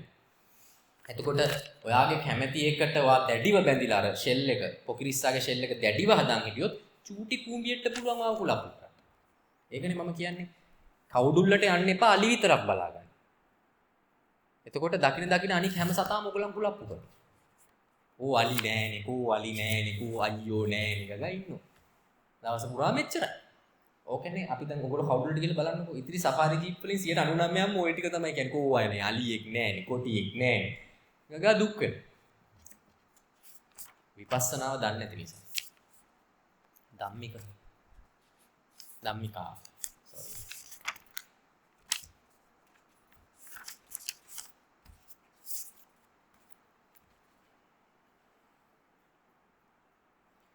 පිටුපසට පියවර 35ක් කීප වතාවක් කළා. ඇස් අරගෙන නිසා ඒක සෙට් නෑ වගේ දැනුණා. පෙරලා තිබුණ සියපත් වලකුලම. සක්මන සෙට් වෙන්නේ නැද්ද? අද හරි ගියාද? ඇයි හරි ගියේ නැත්තේ? වැවේ කොළපාට ජලතලාව හරිම නිසලයි නිහඬයි. එක රැල්ලක්වත් සෙලවෙන්නේ නැහැ. ඒ වගේ නිශ්චලව ඉන්න තිබුණා නම් හොඳයි කියලා හිතුණා. ඒකනේ ප්‍රශ්නේ. අලි බලන්න ගිහිල්ලා. එහෙම තියෙන්නේ නැහැ කවදාවත් එක විදිහකට. ඒක දැන් තේරුණානේ. ආයෙත් අපි රිපීට් කරන්නේ. තේරුණා? විපස්සනාව කියන්නේ වෙනස් එකක්. ඔක තේරුම් ගන්න තමයි ටිකක් අමාරු. විපස්සනාව තුලත් අර අපේ පෙර පුරුද්දට අපි යනවා එක දෙයක් වාගේ. බුදුහාමුදුරුවොත් බුදු වෙන්න කලින් ධාන 8ම වැඩුවේ නිසානේ. අන්තිම මොහොත වෙනකන් උන්වහන්සේ හිතන් හිටියේ හිතේ එක දෙයක් තැනක නවත්තන්න පුළුවන් ඒ දේ හොයන් යන්න ඕනේ කියලා. පස්සේ තමයි අර වෙසක් පොයේ දවසේ ටංගාලා ක්ලික් වුනේ. එහෙම කරන්න බෑ කියලා. එදා තමයි බුදු වුනේ. සාරාංශයේ කල්පලක්ෂ 4ක් ඔයා ඔය කරන්න හදන වැඩේ කරා. එක තැනක තමයි මිනිහෙට ප්‍රඥාව එන්නේ. අන්න එදා තමයි යාගේ පස්චිම භවිකයාගේ එදා තමයි යාගේ ගැලවීම එන්නේ. ඒ ගුවගල්ලා හරියන්නේ. පැහැදිලිද? ඕන තරම් උත්සාහ කරන්න හිත එක තැනක නතර කරන්න එක අත්දැකීමක නතර කරන්න ඕන තරම් try කර යන්නකෝ මං කිසි බයක් නැහැ කල්ප ගානකට පස්සේ ආයෙ ඇවිල්ලා මම හම්බෙන්න සාරා සංකේ නහුතේකට පස්සේ එන්න මං කියලා දෙන්නම් ඊට පස්සේ ඕන තරම් යන්න පුළුවන් වෙන්නේ නැහැ සූරු කුරුදු ආනාපාන සතියට වැටෙනවා ආනාපානේ හුරු නම් අර මම කියපු එක වා ප්‍රකට තැන බලලා ඔයා දන්නවනම් කරන් ආපු විදිහටම කරන්න. එහෙම අලුතෙන් නම් අර වගේ ප්‍රකට තැන මුලින් බලන්න. දුමිඳු සඳරුවන්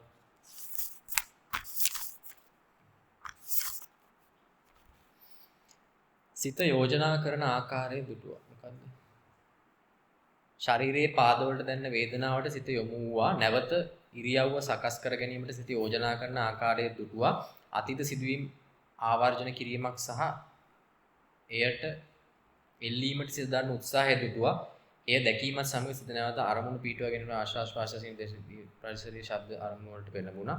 සිතේ සැකය ගොඩනගෙන ආකාරයේද මාය සඳහා දරන සංකල්පමය රාමුවද ඒ නිසා කේන්ති වන ආකාරයේ දුටුවා. මොකද්ද ඔය මෙතනින් අදහස් කරන්නේ? සිතේ සැකයක් ආවලු, කේන්තියක් ආවලු සංකල්ප රාමුවක් නිසා. මොකද්ද මේ සංකල්ප රාමුව? මතක නැහැ. මේක තමයි ලියන්න බෑ. ඒක නැත්තම් හොයන්න බෑ මොකද්ද කියලා. හිතෙනවා කියලා ලිව්වට වැඩක් නැහැ. හිතෙන්නේ මොකද්ද කියලා පොඩ්ඩක් ලිව්වනම් මේක විසඳන්න තිබුණා.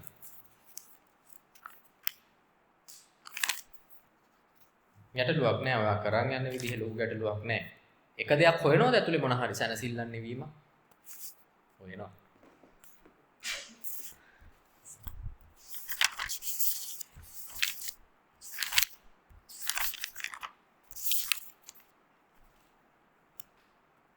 රොෂාන්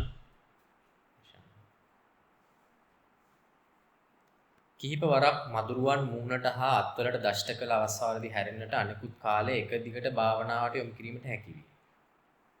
ඒ කියන්නේ මදුරුව මූණට දෂ්ට කරපු වෙලාවේ භාවනාව වුන්නේ නැහැ කියලා තව හිතන්නේ. මේවා ලියලා තියෙන්නේ මදුරුව දෂ්ට කළා කිය. මදුරුවෙක් දෂ්ට කරානේ. කොහෙද මේ තියෙන්නේ? කිහිප වරක් මදුරුවන් මූණට දෂ්ට කරාද? අත්වලට දෂ්ට කළාද? මේ ලියලා තියෙනවනේ. මහදුරුවා දෂ්ට කරපු බව දන්නවනේ. දන්නේ ඉඳානේ ලිව්වේ. ඉතින් භාවනා වෙලානේ. ඒක තමයි අපි කරන භාවනාව. අපිට දේවල් සිද්ධ වෙනවා. සිද්ධ වෙන බව අපි දන්නවා. මේවා ලියලා තියෙන්නේ. දන්න නිසානේ ලියන්නේ. නොදන්නව නම් ලියන්න බෑ. භාවනාවෙන් නැගිටිලා නැහැ. විපස්සනාව හරියට තේරුම් ගත්තොත් භාවනාවෙන් නැගිටින්න බෑ. ඒකයි විපස්සනාවේ තියෙන සුපිරියර්. සමත භාවනාවේ වාඩි වෙන්න ඕනේ නැගිටින්න ඕනේ. විපස්සනාවේ හරියට වාඩි වුණොත් වාඩි වුණාම තමයි. ආයි නැගිටිල්ලන්නේ නැහැ. ඒකනේ ආනන්තරික සමාධිය කියන්නේ. ඔය රතන සූත්‍රයේ ඔයගොල්ලන්ගේ කතා කරන්නේ ආනන්තරික සමාධිය. බුදුවරු ඉන්නේ ආනන්තරික සමාධිය. හැම වෙලෙම විපස්සනාවක ඉන්නේ. භාවනාවෙන් නැගිට ගන්න බෑ. කොහොමද එහෙම? කර්මයක් කියලා හිතෙන්නත් පුළුවන්. මේ ලෝකේ අද්විතීය බුදුවරු මුනිවරු වැඩ ඉන්න භාවනාවක් තියෙනවා.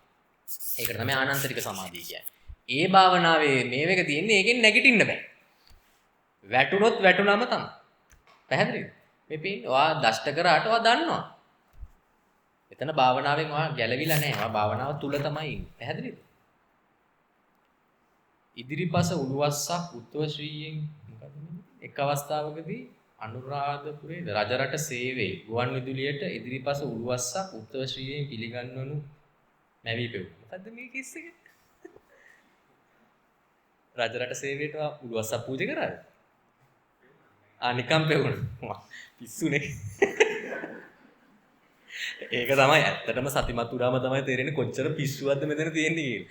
කොහේවත් නැති කිසිම අදාළ නැතිව මෙයා පෙන්නනවා. ඕක තමයි මුළු ජීවිතේ පුරාම සිද්ධ වෙන්නේ. රෑ නිින්දේ ඉඳන් නැගිට වෙලේ ඉඳන් දන්නවද කොහොමද ජීවිතේ ගෙවෙන්නේ කියලා? අපි නැගිට්ට. අපි නිින්ද අතල්ලා ගමුකෝ. නැගිටිනවා. හරි. නැගිට්ට ගමන් මෙයා මොකද කරන්නේ? හිත විසින් විපාක චිත්තයක් විදියට මෙහෙම අරමුණක් දෙනවා. රජරට සේවයේ උළුවස්ස දා. හරි. ඔයා ඒක කෑවොත් ඒ දෙන ටොපිය කෑවොත් ඒක හිත ඉන්නවා. හරි. ඊට පස්සේ ටික වෙලාවට පස්සේ ඌ තව ටොපියක් දෙනවා. ඊට පස්සේ දෙනවා කඳුරට සේවයට පාපිස්සක් දෙනවා. ඒක කකා ඉන්න බලන්නකො පැය 24 මොක නෙමෙයිද කරන්නේ කිය. හැම මොහොතකම ඕක තමයි කරන්නේ. අර ඌ ටොපියක් දෙනවා අපි කනවා. ඌ ටොපියක් දෙනවා අපි කනවා. අර බල්ලෝ වගේ. තිරිසන් වගේ යන්නේ. තේරෙනවද? සිහියෙන් ඉන්නකොට තේරෙනවා මූ ටොපි දෙනවා අපි ගිලිනවා මූ ටොපි දෙනවා අපි ගිලිනවා කියලා. පැහැදිලිද? ඊට වඩා දෙයක් මේ සංසාරය තුල සිද්ධ වෙන්නේ නැහැ. ඒ ටොපිය ඇවිල්ලා අපි කලින් කරපු දේවල් වල විපාකේ. ටොපිය. විපාක ටොපිය.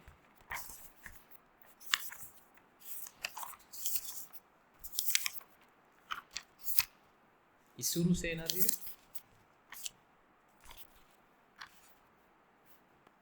දැස් පියා නාද භාවනාවට සිට යොමු කළෙමි. ෆෑන් ශබ්දය සහ ටිකි ටිකි වශයෙන් ශබ්ද දෙකක් ඇසුනි. කළු පාට දෙයක් වෙතට ගොස් නැවත ආපසු පැමිණි බවක් දැනුනි.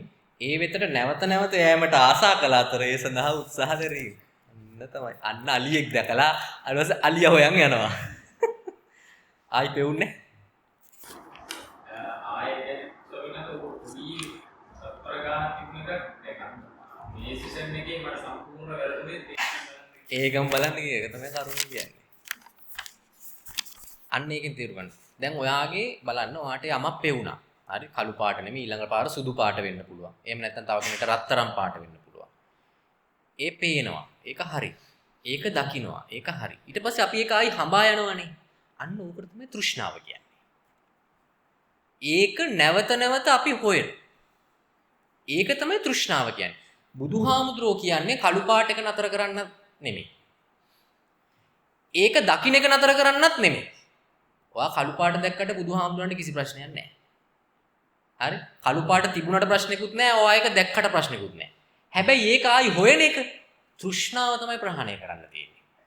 චතුරාර්ය සත්‍ය ප්‍රහාණය කරන්න තියෙන්නේ තෘෂ්ණාව. පැහැදිලිද? තෘෂ්ණාව ප්‍රහාණය වුණාට පස්සේ ආයිත් ඔයාලට කළු පාට පේනවා. ඔයා ඒක දකින්න. නැත්තම් සුදු පාට පේනවා. ඔයා ඒක දකින්න. ඒක නතර වෙන්නේ නැහැ කවදාවත්. මිනිස්සු අධ්‍යාත්මික පාර කියලා හිතන් ඉන්නේ එක්ක කළු පාටම පේන්න ඕනේ. එහෙම නැත්තම් කළු පාට නොපෙනෙන්න ඕනේ කියලා. අන්ත දෙකෙන් දෙකක් හිතන් ඉන්නේ. අධ්‍යාත්මික පාර තියෙන එහෙම එකක් නෙමෙයි. ඔය මගේ එක දේශනාවක ඇති තිරයක් තියෙනවා ප්‍රේක්ෂකයක් තියෙනවා. සමහරු හිතන් ඉන්නවා තිරේ නැති කරන්න ඕනේ කියලා. සමහර හිතන් ඉන්නවා ප්‍රේක්ෂකයා නැති කරන්න ඕනේ. එහෙම එකක් නෙමෙයි. මේ තිරයයි ප්‍රේක්ෂකයයි අතර තමයි සිබ්බණිය තියෙන්නේ තෘෂ්ණාව. ඒකයි නැති වෙන්නේ. ඒ තෘෂ්ණාවයි ෂය වෙන්නේ. පැහැදිලි? ඒක සම්පූර්ණ දේශනාවක් ඇති කොලම්බෝ ස්පිරිචුවල් ක්ලබ් දේශනාවක්.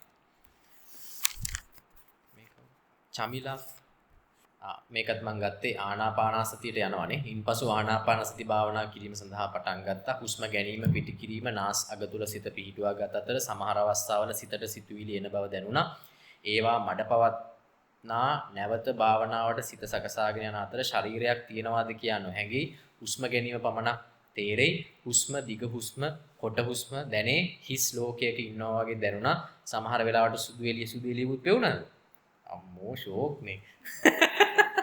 අර යාර කළු අලියෙක් පෙනිලා මෙයාට සුදු අලියෙක් පෙනිලා. හොඬේ තිබුණ නැද්ද නෙළුම් මල? සුදු එළියක් වගේ පෙනුණා. ශරීරයක් තියනවා නම් දැනුනේ නැහැ. සිතට එන සිතුවිලි ආනාපානසතිය එක ගැටලුවක් නෑ. ආනාපානසති කරගෙන අරක මතක තියාගන්න. කිසිම දෙයකට වටිනාකමක් දෙන්න එපා. අනිත් එක මෙතන සිතුවිලි බලහත්කාරයෙන් ඔයා හුස්ම දිහා බලන් ඉනකොට සිතුවිලි එනකොට මැඩ පවත්වනවා කියන්නේ ඔයා ටොපියක් කාලා තියෙන. හුස්ම රැල්ලට ඔයාගේ කෑදරකමක් ඇවිල්ලා තියෙන. හැබැයි ඕන්න ඉතින් ටොපියක් කාලා බලලා එන්නේ ඉතින්. ගැටලුවක් නැහැ. සුදු එලි පේනවා, ලොකු එලි පේනවා, බලි පේනවා ගොඩක්. හැබැයි ඒ කිසි මෙහකින් බුදුහාමුදුරෝ දේශනා කරන විමුක්තිය හම්බ වෙන්නේ නැහැ. කෘමී සතුන්ගේවක් එල්ල වුණ කරදර නම් එපමණක් විය. ඒකනේ. ඔහොම කරනකොට කෘමී සත්තු ඇවිල්ලා වහ කදුරු වගේ තමයි. ඇයි ඌ දෙන්නේ නැහැ නෙලිය බලන්න. ඒතර කෘමී සත්තු නිකන් මාරයා වගේ පේනවා. නිෂාදි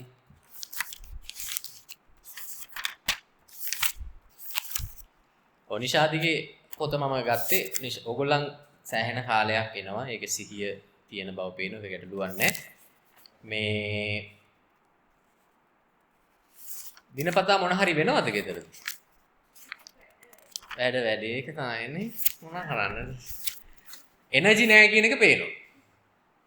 තේරෙනවද? එහෙනම් මෙච්චර කල් ස්පිරිචුවල් කැම්ප්ස් වලට ආවනම් මේලාට තියෙන්න ඕනේ නිකන් එනර්ජි පරමාණු බලාගාරයක් වගේ තියෙන්න ඕනේ. එනර්ජි මදි වෙන්නේ මොකද? අර මම අර කලින් පළවෙනි කියපු එක. චයිනීස් බැටරියක් තියෙන. ළඟ පිකප්. ඒක බහිනවටක් ගාලා. එහෙම බෑ. අපි එක දෙයක් එක දිගට කරන් යනකොට කලොම් කරන් ගියොත් එනර්ජි එක අප් වෙන්න පටන් ගන්නවා. ශක්තිය නැතුව කිසිම දෙයක් කරන්න බෑ. හැම දෙයකටම ශක්තිය ඕනේ. මේ ලෝකේ මිල අධිකම ශක්තිය.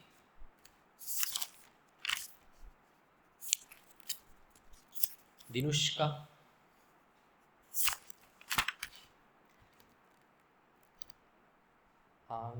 අපි ලබා ගන්නා ඩේටා ප්‍රමාණය වැඩි වූ විට භාවනාව අසිරු බව දැනුණු හේයින් නිශ්ශබ්දව වැඩි කාලයක් ගත කිරීමට සිදු වෙනවා. ඇයි භාවනාව අසිරුනේ ඩේටා වැඩි වුණාම? හිතනවා වැඩි. කල්පනා කරනවා. එහෙම ගැටලුවක් නැහැ. ඒ කියන්නේ හිතේ ඩේටා තියෙනකොට අපිට ඒක කල්පනා වෙනවා. එහෙනම් කල්පනා කරන එක ගැටලුවක් නෙමෙයි. කල්පනා කරන එක ගැටලුවක් වුණොත් එහෙම කල්පනා කරන ජොබ් එකක් කරගන්න බැරි වෙනවා. තේරෙනවද? කම්කරු සේවය තමයි කරන්න වෙන්නේ. වැඩි කල්පනා කරන්න ඕනේ නැති. තේරෙනවද? ඕනම මිනිස්සෙක්ට කම්කරුවෙක්ට වුණත් කල්පනා කළ යුතු අවස්ථා තියෙනවා. කල්පනාව නොකළ යුතු අවස්ථා තියෙනවා. ඒ කියන්නේ කල්පනාව කියන්නේ සිහිය වගේම මනසේ මාංශ පේශියක්. කල්පනා කිරීමේ හැකියාව. සිහිය වගේම මනසේ මාංශ පේශියක්. ඒ මාංශ පේශිය නැතුව අපිට සමහර දේවල් කරන්න බෑ. තේරෙනවද? සමහර අවස්ථාවල් තියෙනවා අපිට කල්පනා කරන්න දෙයක් නැහැ. හැබැයි සමහර අවස්ථාවලදී අපි කල්පනාවෙන් වැඩ කරන්න ඕනේ. අර කවුද අපේ දුමිදු? අර ඇල්ලුවේ ගිහින් අර තේ කේතලේ උඩ හැන්ඩල් එක තියෙද්දි පියන එකෙන් ඇල්ලුවා. කල්පනා කර. ඒ වෙලේ කල්පනා කරන්න ඕනේ. අනික් හැම වෙලේම අවශ්‍ය නැහැ. කල්පනාව කියන එක වෙන්න ඕනේ නැහැ කියලා හිතාගත්තොත් ඩිමෙන්ෂියා වුණත් හැදෙන්න පුළුවන්. තේරෙනවද? ඒ නිසා හිතේ තියෙන ෆැකල්ටිස් තියෙන්නේ, හිතේ තියෙන ක්වොලිටිස් වලට වෛර කරන්න එපා. ඒකට ආදරය කරන්න. අපි වෛර කරොත් ප්‍රශ්නයක් වෙන්න පුළුවන්. ආධ්‍යාත්මික මාර්ගයේ ඔය වැරදි ආධ්‍යාත්මික ක්‍රම තියෙනවා හිතේ සමහර දේවල් වලට වෛර කරන. අපි හිතේ දේවල් වලට වෛර කරන්න කියන්නේ නැහැ. රාගය වුණත්, ද්වේෂය වුණත්, ඕගොල්ලෝ අර අසම්මතයි කියලා හිතන් ඉන්න, අසංස්කෘතිකයි කියලා හිතන් ඉන්න, අකුසල් කියලා හිතන් ඉන්න හැඟීම් ටික වුණත් අපි වෛර කරන්නේ නැහැ. අපි ඒවා අවබෝධ කරනවා විතරයි. කල්පනා කිරීම කියන්නේ ඒ වගේම හොඳ ක්වොලිටි එකක්. ඒවට වෛර කරන්න එපා. ඩේටා තිබීම ප්‍රශ්නයක් නෙමෙයි. කල්පනා වීමත් ප්‍රශ්නයක් නෙමෙයි. ඔයාටත් කේන්ති ගිහිල්ලා තියෙනවා. වේදනාව ටිකකින් නැති වුණොත් හිතේ කේන්ති ගතියක් පැවතුණා. දිගින් දිගටම ශරීරයේ වේදනාවන් දරාගෙන ඉරියව් වෙනස් නොකර සිටීමට වීරය කළ නිසාදෝ කේන්ති ගතිය දිගින් දිගටම වැඩි වුණේ. බෙල් එක මාත් එක්කත් කේන්ති වෙනවා. බෙල් එක තාම ගැහුවේ නැහැ නේ කියා සිටිනේ. කේන්තියක් ගොස් ඇති බව වැටහුනේ කන් දෙපැත්තේම පහළට බේරී ගිය දාඩිය බින්දුනේ. ඇඟ රිදෙන්න පටන් ගත්තද එහෙනේ? එතකොට ඒක නිසා ඔව් උනා සම්මා භාවනා වේදනා. ඒක කලින් කරන්න තිබ්බා කියලා හිතනවා. ඔව් ඒක ගැටලුවක් නෑ දරාගෙනම බැරි නම් නැකිටට. හැබැයි ඔයා එතන ලොකු ඔපචුනිටි එකක් මිස් කරගෙන. කේන්තිය කියන්නේ අධ්‍යයනය කරන්න පුළුවන් හොඳ හැඟීමක්. දැන් ඔයා මේ කේන්තිය අයින් කරගත්තා. වේදනා කායික වේදනාව කියන්නේ අධ්‍යයනය කරන්න පුළුවන් හොඳ සංවේදනයක්. ඒකත් ඔයා අහිමි කරගත්තා.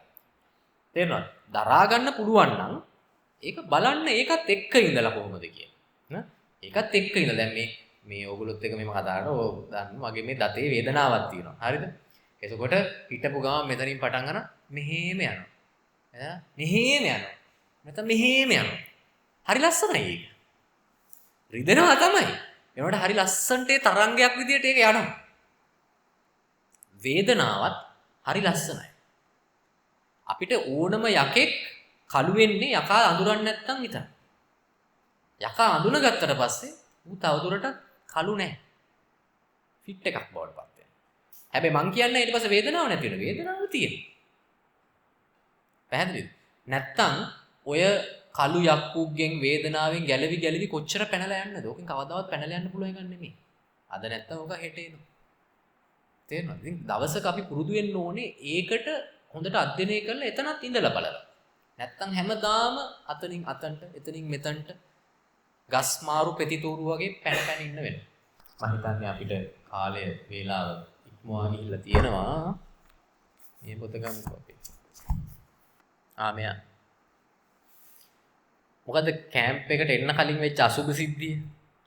ඊට පස්සේ ටයර් එක එකත් අසුබ සිද්ධිය. එන්න කලින් මොකක්ද වෙච්ච අසුබ සිද්ධිය? දඩකොලේ. ඒ කිසි අසුබයක් නැහැ නේ බං. ඔබ වැරදියට එලෙව්වා. පොලිස් කාර්යයේ දඩකොලයක් ලිව්වා. ඒක අසුබයක් වෙන්න ඕනේ. හරියට එලෙව්වා නම් දඩකොලේ ලියන්නේ.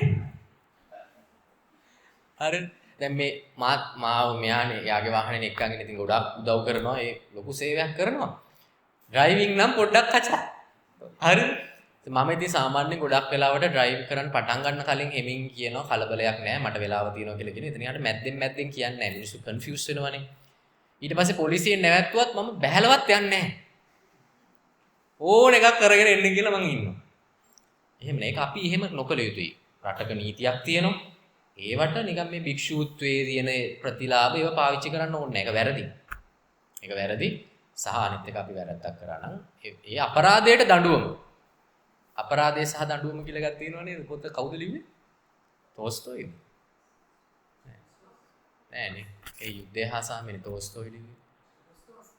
දොස්තෝස්කි. අපරාධය හා දඬුවම. ඕනම අපරාධයකට දඬුවමක් තියෙනවා. දැන් මේ කැම්ප් වල දැන් සෆාරි නෑ. නෑ අපෙච්චර එක දරුණු වැඩි නිසා මම ඒක රිවර්ස් කරා. පවුනේ.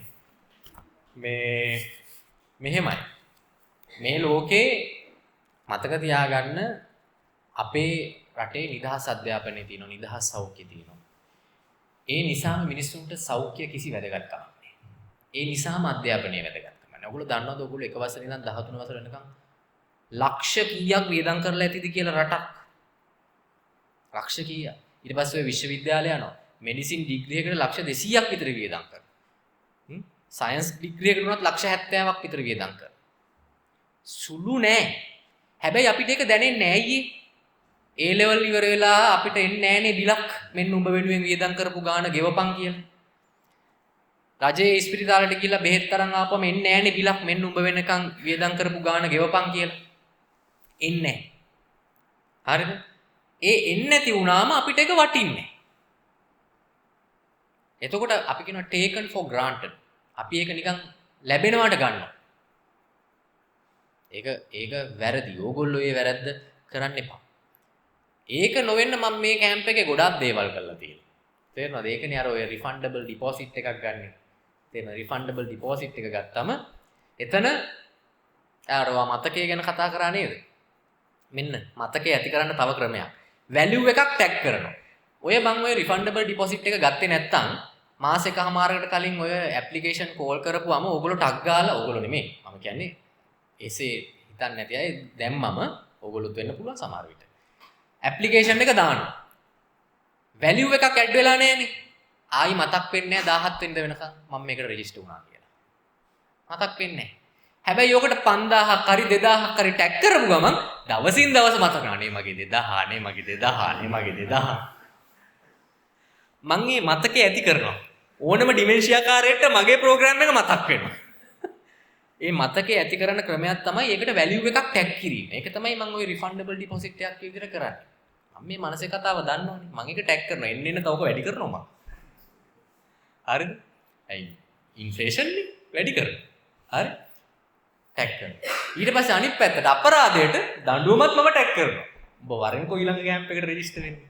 එතකොට බලපන් කොල එන මොකද්ද කියලා මැසේජ් එක. තේරෙනවද?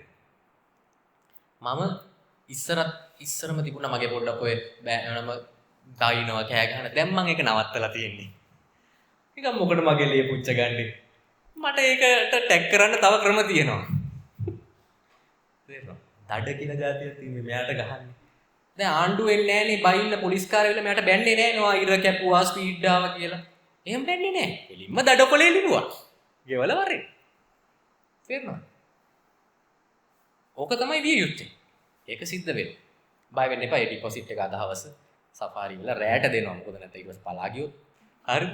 ඔක්කොටම දෙනවා. මම මේ කඳවුරු වලට කාගෙන්වත් 7-5ක්වත් අය කරන්නේ නැහැ. ඕක ගන්නෙත් ඒක ටැග් කරේ නැත්තම් මෙතන සිද්ධ වෙන දේ හිස්පුටු ටිකක් ඉතිරි වෙයි. ඔයාලට පුලන්න පේනවනේ. ඕගොල්ලෝ හිතන්නේ කොච්චර ආයෝජනයක් මෙතන කළා නැද්ද? මෙතන එක්කෙනෙක් නැති වුණොත් තව මිනිස්සෙට අවස්ථාවක් නැහැ. සහ ඒ කරපු වියදම එහෙමම වතුරේ. මේ කඳවුරේ එක්කෙනෙක් ආවේ නැහැ. අසනීපයක්. ඒකට මට ප්‍රශ්න නැහැ. මිනිස්සු අසනීප වෙනවා. ඒක ගැටලුවක් නෙමෙයි. හරිද? හැබැයි ඉතින් දන්නේ නැහැ මොකටද අසනීපේ කියලා. හරිද? නමුත් ඉතින් ඒ වෙලාව දෙන්නෙක් මේ වුණා අවසාන මොහොතේ එක්කෙනෙක් රෙජිස්ටර් වුණා. කවුද අපේ චතුරිකා නේද අවසාන? එයාත් අසනීප වෙලා. රෙජිස්ටර් වුණා. ඒ වුණාට එක ස්ලොට් එකක් තිබුණා පුරවන්න බැරි වුණා. හරි අපරාධයක්. හරි අපරාධයක්. තේරෙනවද? ඒ නිසා එහෙම කරන්න එපා වගකීමෙන් කරන්න. ඒ කෙසේ වෙතත් මම හිතනවා අපි හොඳ සාකච්ඡාවක් කරා කියලාද විශේෂයෙන්ම මුලින් මම අර මතක් කරපු දේ ඒ තමයි පොඩි දෙයක් වුණත් දිගට කරන්න. මහ ලොකු දේවල් ඔළුවේ හිතාගන්නව මම දවසම භාවනා කරනවා පැය ගණන් භාවනා කරන්නේ නැහැ විනාඩි 5ක් දිනපතා කරන්න. තේරෙනවද? ඒකට මම කර අර යෝජනා කරන දේ පළවෙනි දවසේ පළවෙනි පැය ආයෝජනය කරන්න. ඒක අඛණ්ඩව කරන්න ජීවිතේ වෙනස් වෙනවා. ඊට පස්සේ මම කියපු දෙවෙනි කාරණාව අර අපිට තියෙන සම්මා වායාමයක් ඇති කරගන්න. අපිට හැකියාවක් නැත්තම් කොච්චර කරත් සම්මා වායාමයක් සිද්ධ වෙන්නේ නැත්තම් අපි අනික් පැත්තට බලන්න ඕනේ ඇයි වෙන්නේ නැත්තේ? හිතේ দমনය වෙන ක්වොලිටි එක නැති නිසා ඒක වෙන්නේ නැත්තේ. ඒ නිසා দমনය වෙන ක්වොලිටි එක අප් කරගන්නේ කොහොමද කියන එක ගැන අපි කතා කරා. ඒ වගේම කමඨහන් වාර්තා සාකච්ඡා කරා. ඉතින් මම විශ්වාස කරනවා ඒ ඔක්කොම එකතු කරගෙන ඕගොල්ලෝ දැන් ඊළඟට සූදානම් වෙන්නේ දිවා ආහාරයෙන් පස්සේ සතිමත් සෆාරි වන සංචාරයට යන්නේ. ඒකෙදි අරක මතක තියාගන්න. ඔයගලන්ට මම දුන්නා වගකීමක්. ඒ තමයි කණ්ඩායම් විදිහට ජීප් 5ක් එනවා. කණ්ඩායම් 5ක් තියෙනවා. කණ්ඩායම් විදිහට එකතු වෙන්නේ ජීප් වලට. එතකොට එකතු වෙලා ඔයගොල්ලෝ ඒ වාර්තාකරණය කරගන්න. දැම්ම සැලසුම් කරගන්න. කවුද ලියන්නේ, කවුද හඳුනගන්නේ, මං ගාව තියෙන බර්ඩ් ගයිඩ් ඒවා පුළුවන් විදිහට බෙදන්න. නැති ඒවා වාර්තා කරන්න කී දෙනෙක් ඉන්නවද නේද? නැත්නම් අන්තිමට එකෙක්වත් ලියාගෙන නැහැ. ආණ්ඩි 7 දෙනාගේ කැඳ හැලිය වගේ. 8 දෙනෙක් ඉන්නවනේ. ආරයා ලියන්නේ නැති. මෙයා ලියන්නේ නැති කියලා හිත ඉන්නේ. එහෙම බෑ. පුළුවන් නම් හැමෝම වාර්තා කරන්න ඕනේ. එහෙම නැත්නම් සැලසුම් සහගතව කට්ටිය සාකච්ඡා වෙලා වාර්තා කරගන්න ඕනේ. හරි?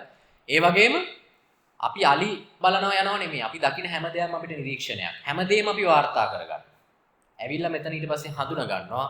හවස ඕගොල්ලන්ට පුළුවන් එක ප්‍රසන්ටේෂන් එකක් විදියට ඉදිරිපත් කරන්න. එතකොට ඔය ක්‍රියාකාරකම සතිමත් බව ප්‍රගුණ වීම සඳහා මොකද්ද කරන්න ඕනේ? ඕකට එක දෙයක් එකතු කරනවා. මොකක්ද? බොක්කෙන් කරන්න. කරන වැඩේ බොක්කෙන් කරන්න. මම ඕගොල්ලන්ට විනෝද වෙන්න එපා කියන්නේ, කතා බහ කරන්න එපා කියන්නේ. ඒවා වෙන ගමන් වැඩෙත් කරන්න. අර කරන්න ආවේ එක දෙයක් අන්තිමට කරන්නේ තව දෙයක් වෙන්න එපා. ඉතින් ඒ විදිහට අපි එහෙම කරොත් ඕනම ක්‍රියාකාරකමක් සතිමත්භාවයේ වර්ධනය වීම සඳහා පාවිච්චි කරන්න පුළුවන්. අපි මේ විදිහට කටයුතු කරමු. එහෙනම් අද මේ අපේ 3 වෙනි දවසේ අපි දේශනාව මෙතනින් අවසන් කරනවා. සියලු දෙනාටම තෙරුවන් සරණයි. සුවපත් වේ.